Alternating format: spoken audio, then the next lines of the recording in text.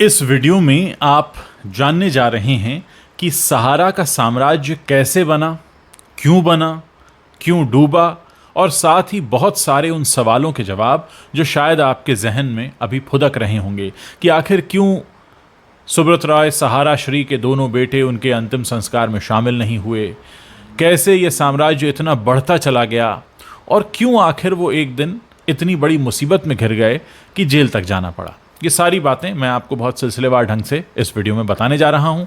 मैं ये वीडियो आगे बढ़ाऊँ इससे पहले अगर आप हमारे चैनल को सब्सक्राइब कर लेंगे तो हमें खुशी होगी, ताकि हम जब भी कोई वीडियो पोस्ट करें तो वो आप तक पहुँचता रहे। तो चलिए शुरुआत करते हैं। देखिए, जिन सिद्धांतों पर सहारा का साम्राज्य खड़ा हुआ वो एक ऐसी बात है जो हम सब जानते हैं, लेकिन उसका एहसास हमें कम ही होता है। भारत एक ऐसा देश है जहाँ पर बहुत सी चीज़ें ऐसी हैं आज भी जो संगठित नहीं हैं, और दूसरा ये कि हमें हीरो वर्शिपिंग की आदत है। बस यही दो सूत्र हैं जिन पर सहारा का साम्राज्य खड़ा होता है। शुरू करते हैं सुब्रतो रॉय के शुरुआती सफ़र से। ये एक बिल्कुल लोअर मिडिल क्लास से थे और अचानक इनके पिता का देहांत हो जाता है, सारी जिम्मेदारी इनके कंधों पर आ जाती है और इनको जो पहला काम मिलता है वो था इनके लेमरेटा स्कूटर पर इन्हें नमकीन बेचना होता था, छोटे छोटे दुकान में जाकर। कोई नहीं जानता था कि जो छोटे छोटे दुकानों में जाना है ये सुब्रत रॉय को एक बहुत बड़ा आइडिया देने वाला है। जब वो इन छोटी छोटी दुकानों पर नमकीन के पैकेट सप्लाई करने जाते थे तो एक बात ये नोटिस करते थे कि ये जो छोटे छोटे दुकानदार हैं जिनकी रोज़ की आमदनी उस ज़माने में 10-20 रुपया हुआ करती थी, मैं लेट 70s की बात कर रहा हूँ, उनके पास अपने पैसे बैंक में जमा कराने का कोई साधन नहीं था। पहली बात तो ये कि उनकी आमदनी बहुत कम होती थी। अब उतनी कम आमदनी को वहाँ पे बैंक में जाके जमा कराना, बैंक भी छोटे छोटे गाँव में नहीं थे। तो उन्होंने ये सोचा कि ये जो छोटे छोटे दुकानदार हैं इनका अगर मैं 10-10 रुपया 5-5 रुपया भी रोज़ अपने पास जमा कराऊं तो एक बहुत बड़ी रकम बन सकती है जिसको किसी बिजनेस में लगाकर उसको और बड़ा बनाया जा सकता है। और उनका ये आइडिया काम करने लगा। उन छोटे छोटे नमकीन बिस्किट कन्फेक्शनरी के दुकानों पर जाते जाते इन्होंने कन्विंस करना शुरू किया कि भाई पैसा कहाँ रखते हो। तो बहुत से लोग तो महीने में एक आध बार ही जमा करा पाते थे, कई बार खर्च हो जाता था। तो उन्होंने कहा कि अगर ऐसा कोई सिस्टम हो कि रोज़ तुमसे कोई पैसा ले जाए और फिर उसको 30% 40% पर आपको आगे मिल जाए जब आपको ज़रूरत हो, तो दुकानदारों को लगा ये तो बहुत अच्छा तरीका है, क्योंकि उस ज़माने में छोटे छोटे गाँव में बैंक नहीं थे, बहुत छोटी छोटी जगहों पर बचत योजनाएं नहीं थीं, संगठित नहीं थे सब लोग। अब ये तो वहाँ जा ही रहे थे, इनका नेटवर्क तो बढ़ ही रहा था। तो इन्होंने धीरे धीरे शुरुआत की बहुत 5-5 रुपये रोज़ जमा करने वाले स्कीम से। और इनकी क्योंकि बोलने की कला बहुत अच्छी थी तो इनसे कन्विंस भी लोग हो जाते थे। धीरे धीरे इन्होंने अपनी एक चिटफंड कंपनी बनाई जिसका मुख्य आधार ये था कि वो छोटे दुकानदार जिनका पैसा बैंक तक नहीं पहुंचता, क्योंकि वो इतने छोटे हैं, इनकी रकम इतनी कम होती है, रोज़ाना खर्च हो जाती है, अक्सर रोज़ कुआं खोदो रोज़ पानी पियो वाले हाल होते हैं, तो इन्होंने उनसे पैसा लेना शुरू किया, भरोसा जीतना शुरू किया। फिर जब धीरे धीरे ये बड़े होने लगे तो इन्होंने हीरो वर्शिपिंग वाले सिद्धांत को लिया। इन्होंने क्या किया कि अपनी जो कंपनी बनाई सहारा, उसके लोगों में ही तिरंगा लगा दिया। फिर जैसे धीरे धीरे पैसा और बढ़ने लगा तो इन्होंने अपने साम्राज्य को इस तरह से बढ़ाया जैसे मानो वो देशभक्ति या देश सेवा कर रहे हों। जैसे राष्ट्रीय सहारा नाम का अखबार निकालना, सहारा एयरलाइंस जिसमें तिरंगा लगा हुआ है, बड़े बड़े फिल्म स्टार्स के साथ दिखना, बड़े बड़े उद्योगपतियों के साथ दिखना, बड़े बड़े पॉलिटिशियंस के साथ दिखना, और हर जगह बस भारत माता का वंदन और देशभक्ति वाली इमेज। तो लोगों के बीच में ये बात घर करती चली गई कि एक शख्स जो हमसे पैसा ले रहा है, देशभक्ति की बात कर रहा है, बड़े बड़े लोगों के साथ दिखता है, यानी हमारा पैसा डूबेगा नहीं। बाद में ये सहारा रिटेल भी लेकर आए, बहुत छोटे छोटे सामान जो रोज़मर्रा की हमारी ज़िंदगी में यूज़ आते हैं। यानी इन्होंने धीरे धीरे सहारा की प्रेजेंस हर जगह बना दी। होते होते एक नौबत ये भी आई कि एक बार एक इनकम टैक्स वाले का पाला इनसे पड़ा, 96-97 की बात है, और ये कहा गया कि भाई आपके पास तो बहुत सा पैसा है, कहाँ से आ रहा है इतना पैसा। तो ऐसा कहते हैं कि उस ज़माने में सुब्रत राय ने ये पहला मौका था जब उन पर किसी इनकम टैक्स वाले ने हाथ डाला था। उन पर कोई हाथ भी नहीं डालता था, वो बड़े बड़े लोगों के साथ दिखा करते थे। तो उन्होंने एक अखबार में इश्तिहार देकर ये बताया था कि उनकी कंपनी में जो पैसा लगा है उसमें बड़े बड़े पॉलिटिशियन के नाम इन्होंने दे दिए। पीवी नरसिम्हा राव का नाम दे दिया, लोकसभा अध्यक्ष हुए हैं पीए संगमा, उनका नाम दे दिया, अटल बिहारी वाजपेयी का नाम दे दिया, मुलायम सिंह यादव का नाम दे दिया, चंद्रशेखर आज़ाद का नाम दे दिया, माफ़ कीजिएगा चंद्रशेखर आज़ाद नहीं, चंद्रशेखर जो हमारे प्रधानमंत्री हुए उनका नाम दे दिया। ऐसे कई बड़े बड़े नाम दे दिए। और कहते हैं कि उस न्यूज़पेपर ऐड आने के बाद में वो जो इनकम टैक्स अधिकारी था जिन्होंने इस पर हाथ डाला था, उसको तो लंबी छुट्टी पर भेज दिया गया और किसी भी नेता ने इस बात का खंडन नहीं किया। असल में हो ये रहा था कि जिस वक्त ये देश के छोटे छोटे दुकानदारों से छोटी छोटी रकम जमा कर रहे थे, असल में वो रकम भारतीय बैंकों तक पहुंच सकती थी, लेकिन क्योंकि भारतीय बैंकों की पहुंच वहां तक नहीं थी और ऐसी ल्यूक्रेटिव स्कीम्स नहीं थी, तो वो छोटे छोटे दुकानदार जो उनको पैसा दे रहे थे, एक वक्त में कहते हैं 13 से 14 करोड़ लोग बतौर इन्वेस्टर जुड़े हुए थे। और ये जिस तरीके की पिक्चर लोगों के सामने रख रहे थे, वो पिक्चर बड़ी चमकीली होती थी। मतलब आप सोचिए, जो एक सहारा सिटी इन्होंने बना लिया, और सहारा सिटी में जिस वक्त इन्होंने अपने बेटों की ग्रैंड शादी की है, सुशांतो और सीमांतो की, पूरी फिल्म इंडस्ट्री, पूरा क्रिकेट जगत, पूरे पॉलिटिशियंस, लालकृष्ण आडवाणी से लेकर मुलायम सिंह यादव, अमिताभ बच्चन, श्रीदेवी, माधुरी दीक्षित, आप नाम लो, हर वो चेहरा इनके साथ दिख रहा है। तो जो हीरो वर्शिपिंग वाली बात है वो यहाँ पर आती है। अब जो छोटे छोटे लोग इनके पास पैसा जमा कर रहे थे, उनको लग रहा था कि भाई ये तो बहुत बड़े बड़े लोगों के साथ दिखते हैं, ये तो इतना बड़ा, इनकी तो एयरलाइंस है, इनका तो अखबार है, इनका पूरा शहर है, एम्बी वैली बना दिया, 5 स्टार सिटी है, होटल्स हैं, बिल्डिंग्स हैं, हज़ारों एकड़ ज़मीन है। तो हमारा 2,000 रुपये लेके कहाँ भाग जाएंगे, हमारा 5,000 लेकर कहाँ भाग जाएंगे। उन्हें ये नहीं पता था कि ये जो 2-2, 5-5 हज़ार इकट्ठा हो रहा है, ये और आता रहे, इसके लिए पूरा महिमा मंडन करके पेश किया जा रहा है। इनफैक्ट सहारा के एम्प्लॉयज़ के लिए तो एक एग्ज़ाम भी होता था, मुझे याद है।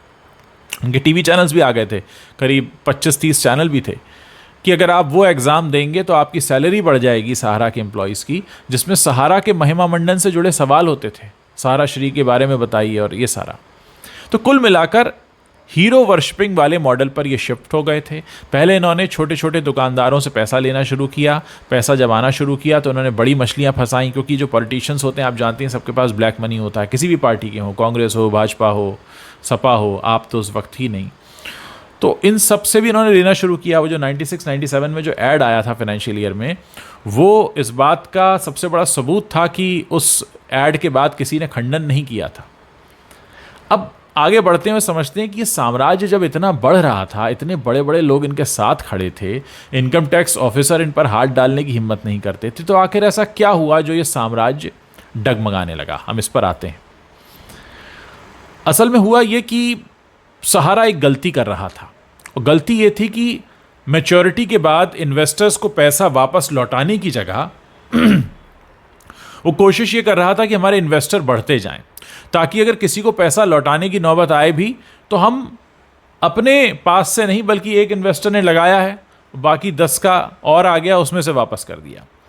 इन्होंने जो अपने बिजनेस खड़े किए, वो बिजनेस इस बात पर ज़्यादा फोकस्ड थे कि कैसे महिमा मंडन हो। मतलब आप क्रिकेट टीम पर सहारा का नाम लिखा है, हवाई जहाज़ पर सहारा का नाम लिखा है, अखबार पर लिखा है, टीवी चैनल पर लिखा है, शहर हो गया इनका पूरा सहारा सिटी, और तमाम तरह की चीज़ें। हॉकी टीम को स्पॉन्सर कर दिया, मेरे ख्याल से 10-12 साल तक स्पॉन्सर किया। तो ये जो एक इमेज ये बना रहे थे पूरे हिंदुस्तान के सामने, वो इमेज इतनी बड़ी होती जा रही थी कि हर किसी को लग रहा था कि हमारा पैसा डूब ही नहीं सकता, इतना बड़ा आदमी है, हमारे 2,000 रुपये लेके थोड़ी भागेगा। अब होने ये लगा कि इन्होंने अपने और इन्वेस्टर्स बढ़ाने शुरू किए। बस यहीं पर ये गलती कर बैठे। गलती क्या थी? गलती ये थी कि आप या तो किसी ऐसे बिजनेस में इन्वेस्ट करें जिससे आपको इतना रिटर्न आ रहा हो, लेकिन उतना रिटर्न आ नहीं रहा था। आप अपनी संपदा ज़रूर बढ़ा रहे थे, संपत्ति ज़रूर बढ़ा रहे थे, महिमा मंडन ज़रूर आपका हो रहा था, दुनिया भर में आपके नाम की मालाएं लोग जप रहे थे, लेकिन एज सच प्रॉफिट में कंपनी नहीं थी। मतलब जो पूरा खेल हो रहा था वो आम आदमी के पैसे पर और नेताओं के काले धन पर हो रहा था, और उससे आप अपना नाम और अपनी कंपनी का नाम चमका रहे थे।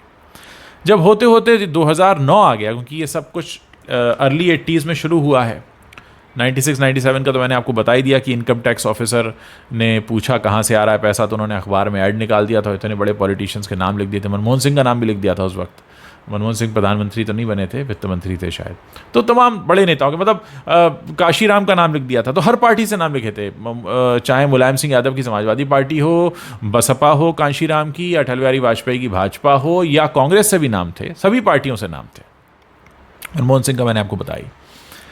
तो इतना बड़ा जब मामला था, अब इन्होंने 2009 के आसपास ये डिसाइड किया कि अब हम जो हैं अपने शेयर्स लेकर आएंगे।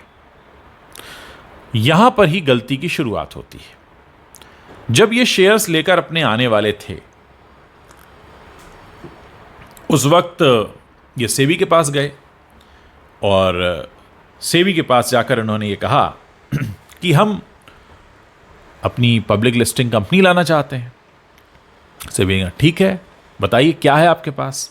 तो इन्होंने ये कहा कि हम एक, अच्छा, सेबी ने इनसे कहा कि आप कंपनी लाना चाहते हैं तो आप एक रेड हेरिंग प्रोस्पेक्टस होता है वो आप तैयार करिए। रेड हेरिंग प्रोस्पेक्टस होता है कि जो लोग आपके शेयर में निवेश करेंगे, आप उन्हें ये बताएं कि ये पैसा कहाँ से आ रहा है, आपकी कंपनी में पैसा कहाँ से आता है, कहाँ से आपकी कंपनी पैसा कमाती है।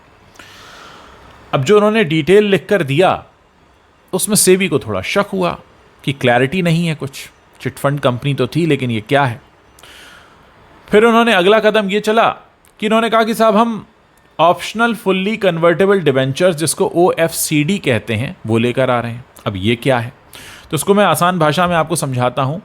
मान लीजिए मार्केट से इन्होंने पैसा उठाया, किसी से 10 रुपया लिया, और 10 रुपये लेते समय वादा किया कि हम आपको 10 का 20 वापस करेंगे। लेकिन अगर नहीं कर पाए तो हम आपको शेयर दे देंगे अपना, और शेयर को बेचकर आप पैसा कमा लेना। लेकिन ये OFCD वाला मामला जो था वो इसलिए सक्सेसफुल नहीं लग रहा था सेबी को, क्योंकि सेबी को इनके रेड हेरिंग प्रोस्पेक्टस में ही दिक्कत लग रही थी, क्योंकि सेबी को लग रहा था कुछ मामला गड़बड़ है। अब ये जो जाते हैं अपनी पब्लिक लिस्टिंग कंपनी कराने के लिए, और सेबी को जो इन पर शक होता है, तो सेबी इनसे कहती है कि पहले तो आप हिसाब दीजिए कि आपके पास ये पैसा कहाँ से आया है। अब यहीं इसी बात को लेकर इनकी तनातनी शुरू हुई। और उस दौरान एक और जिक्र है कि रोशन लाल नाम का कोई CA था, वैसे ईश्वर जाने था या नहीं था, लेकिन चिट्ठी के मुताबिक था। उसने भी एक चिट्ठी लिखी थी NHB को, नेशनल हाउसिंग फाइनेंस बैंक को लिखी थी। उसमें यह कहा गया था कि इन्होंने बहुत सारे घपले कर रखे हैं, और बाद में फिर उसी के आधार पर सेबी ने भी एक्शन लिया था। और सेबी को भी ये लगा था कि जो पैसा आया है इसमें ये डिटेल नहीं है कि कहाँ से आया। अब मामला इतना बढ़ा कि सेबी ने कहा आपने 25,000 करोड़ जो रुपया उठाया है, आप इसका हमको हिसाब दीजिए, और हिसाब देने से पहले आप 20% जमा करिए। अब इन्होंने उसका 20% करीब 5,000 करोड़ के आसपास होता है वो दिया, और हिसाब के नाम पर इन्होंने उस वक्त कहते हैं 127 ट्रक भिजवा दिए सेबी के पास। पूरे बंबई में जाम लग गया था। 127 ट्रक जो थे उनमें डॉक्यूमेंट्स थे, किसके? उनके निवेशकों के। अब सेबी ये कहती है कि वो जितने भी डॉक्यूमेंट्स थे सब फर्जी थे। कहने का मतलब ये है कि निवेशकों का सही पता आप बता नहीं पाए, पैसा कहाँ से आया बता नहीं पाए। एक अखबार में ऐड पहले ही निकाल चुके थे कि किस किस का पैसा लगा हुआ है, किस किस पॉलिटिशियन का, जिसके बाद किसी पॉलिटिशियन ने खंडन भी नहीं दिया था। मतलब ऐसा नहीं था कि उन्होंने नाम ले दिया और फिर सारे पॉलिटिशियन आ गए कि हमारा पैसा नहीं है, ऐसा खंडन भी नहीं आया। उस वक्त अलग ही रुतबा था। इधर कंपनी का नाम बहुत बड़ा था, हर चीज़ में हर जगह ये दिख रहे थे। होते होते ये मामला पहले इलाहाबाद हाई कोर्ट पहुंचा। इलाहाबाद हाई कोर्ट में इन्होंने ये कहा कि भाई हमारी कोई गलती नहीं है, हमने तो सारे डिटेल दे दी हैं सेबी को। सेबी ने उधर कहा कि निवेशकों के डिटेल ठीक नहीं है, ये मामला कुछ गड़बड़ है। ये इलाहाबाद हाई कोर्ट में केस हार गए। इसके बाद ये सुप्रीम कोर्ट पहुंचे, सुप्रीम कोर्ट में भी ये केस हार गए। अब सेबी ने ये कहा कि आप जो हैं बहुत बड़ा घपला कर रहे हैं हिंदुस्तान के अंदर, आपने पैसा कहाँ से लिया है आप बता नहीं पा रहे हैं, आपको ये पैसा वापस करना होगा, और पैसा आप वापस नहीं करेंगे, पैसा सेबी वापस करेगी, और सेबी को आपको एक एक व्यक्ति का नाम देना होगा। मामला यहीं पर आकर फंस गया। इसीलिए वो 127 ट्रक के जो डॉक्यूमेंट भेजे थे, जिसमें जाहिर है 127 ट्रक डॉक्यूमेंट क्या होता है आप समझ सकते हैं, जिसमें निवेशकों के नाम पते भी सही नहीं थे, और ऐसा कहा गया कि बिल्कुल सारे ही फर्जी थे। तो हुआ ये कि जिन निवेशकों ने पैसा दिया था उनका निवेशकों का पैसा अटका रह गया। अच्छा, शुरुआत में इन्होंने एक और चीज़ की थी। शुरुआत में छोटे शहर और गांव कस्बों में जाकर इन्होंने अपने एजेंट रखे हुए थे जो पैसा लेकर आते थे छोटे दुकानदारों से। जब इनके पास पैसा बहुत आने लगा तो उन्होंने एक स्कीम और लॉन्च कर दी कि अब एजेंट नहीं जाएगा, आपको सहारा के पास आकर हमारी बिल्डिंग में जो हमारा क्षेत्रीय कार्यालय होगा उसमें पैसा जमा कराना है। तो बहुत से लोग तो इसी चक्कर में कट गए कि अब जाएगा कौन, क्योंकि उनको आदत लग गई थी पिछले 5 साल से, 7 साल से, 8 साल से, 10 साल से उनके पास एजेंट आता था, पैसा लेके जाता था, बड़ी आराम था, दुकान पे बैठे लाला जी, रोज़ का 20 रुपये दे दिया। अब ये जाने का चक्कर, उस चक्कर में कुछ साइड हो गए कि कौन जाएगा। आप छोटे गांव से, कस्बे से निकल कर मेन सिटी में जाना, रोज़ तो कोई जा नहीं सकता, महीने में एक बार जाएगा, कभी 2 महीने में जाएगा। तो बहुत सारे लोगों को उन्होंने काटना शुरू किया। इधर ही अपना महिमा मंडन करा रहे थे, बड़े बड़े लोगों के साथ दिखना, बड़े बड़े लोगों के साथ तस्वीरें, तो हर किसी को लगता था अभी बहुत बड़ा आदमी है ये। लेकिन उन्हें ये नहीं पता था कि ये जो जनता का पैसा लिया है, इसी पूरे जनता के पैसे का इस्तेमाल करके अपना पूरा हीरोगिरी चल रही है। और जब पैसा वापस करने का मामला आएगा तो पैसा नहीं है, पैसा तो इसी में लगता चला जा रहा है। हाल यहाँ तक था कि भाई 2004 में इन्होंने जब अपने बेटों की शादी की है, वो भी एक बड़ा मार्केटिंग इवेंट हो गया। 500 करोड़ रुपया खर्च किया, 6-7 दिन शादी चली, बड़े बड़े लोग आ रहे हैं, चार्टर्ड प्लेन से सबको बुलाया जा रहा है। तो सबको लगा, भाई सबने देखा यार इतना बड़ा आदमी है, 500 करोड़ रुपये शादी में खर्च कर रहा है, तो हमारे थोड़े ना 2-5 हज़ार रुपये लेके भाग जाएगा। लेकिन किसी को ये नहीं पता था कि उनके वो 2-5 हज़ार जोड़कर ही वो सैकड़ों करोड़ का ये बिजनेस खड़ा कर रहा है और उसकी नीयत कोई साफ नहीं। अब होता क्या है, जब ये सब चलता है तो ये 2014 जनवरी में हो जाते हैं गिरफ्तार। 2009 से इनकी दिक्कतें बढ़नी शुरू हो गई थी। 2014 में ये गिरफ्तार हो जाते हैं 26 जनवरी के दिन। मतलब जो ये इतने अपने आप को देशभक्त और बात बात पे भारत माता की जय और तिरंगा लहराते थे, ये 26 जनवरी को होते हैं गिरफ्तार। करीब 2.5 साल अंदर रहते हैं। उसके बाद इनकी माता का निधन होता है 2017 में। फिर ये वापस आते हैं, पैरोल पर बाहर आते हैं। अच्छा, इस दौरान इनको ये तो पता लगी गया था कि अब शिकंजा कस गया है। इस दौरान इन्होंने अपने पूरी फैमिली को मैसिडोनिया जो कंट्री है साउथ ईस्टर्न यूरोप में, वहाँ की सिटीजनशिप दिला दी, क्योंकि उनको पता था कभी ना कभी मेरी पत्नी और मेरे बच्चों पर ही आएगा ही मामला। हालांकि इन्होंने अपना उत्तराधिकारी भी इसलिए कोई घोषित नहीं किया था, उत्तराधिकारी जिसको घोषित करें उसकी मुसीबत, क्योंकि देनदारी तो इनकी इतनी है। और यही वजह है कि इनके बच्चे नहीं आए इनके अंतिम वक्त में, क्योंकि अंतिम वक्त में कैसे आ सकते थे, आते तो गिरफ्तार हो जाते, उनकी पुलिस हिरासत हो जाती। तो 2014 जनवरी में जब ये गिरफ्तार होते हैं, फिर जेल में रहते हैं। अब सेबी की तरफ से कहा जाता है इन्होंने पैसा नहीं दिया, सहारा ये कहता है हमने 22,000 करोड़ तक दे दिया है। खैर वो मामला अभी तक चल ही रहा है। इधर इनकी मृत्यु हो जाती है। मृत्यु होने के बाद इनके दोनों बेटे नहीं आते हैं, पत्नी आती हैं, और आता है इनका ग्रैंडसन, पोता हिमांक, क्योंकि वो नाबालिग है, 16 साल का है, लंदन में रहता है, पढ़ता है। एक नाबालिग बच्चे से क्या गिरफ्तार करेंगे आप उसको। तो 16 साल का वो बच्चा आता है हिमांक, वो इनको मुखाग्नि देता है। और जो इतना बड़ा एम्पायर उन्होंने खड़ा किया था वो अभी गुमनामी की तरह है। और सरकार ने हालांकि रिफ़ंड पोर्टल भी लॉन्च किया है, सहारा रिफ़ंड पोर्टल। उससे कुछ 10,000 रुपए तक की जो राशि है वापस की जा रही है। लेकिन मुख्य मुद्दा वही है कि सेबी कहती है कि हमारे पास इन्फॉर्मेशन ही नहीं है किसका पैसा है। आपको बहुत से ऐसे लोग मिल जाएंगे जो कहेंगे सहारा में हमारा पैसा दब गया, सहारा में हमारा पैसा दब गया।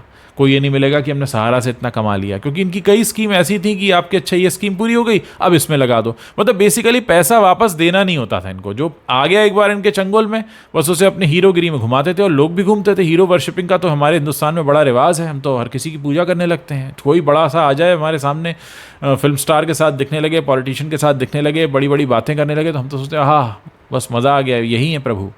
लेकिन ऐसा होता नहीं है। तो सहारा इस बात का एग्जाम्पल है। तो ये कहानी है सहारा की।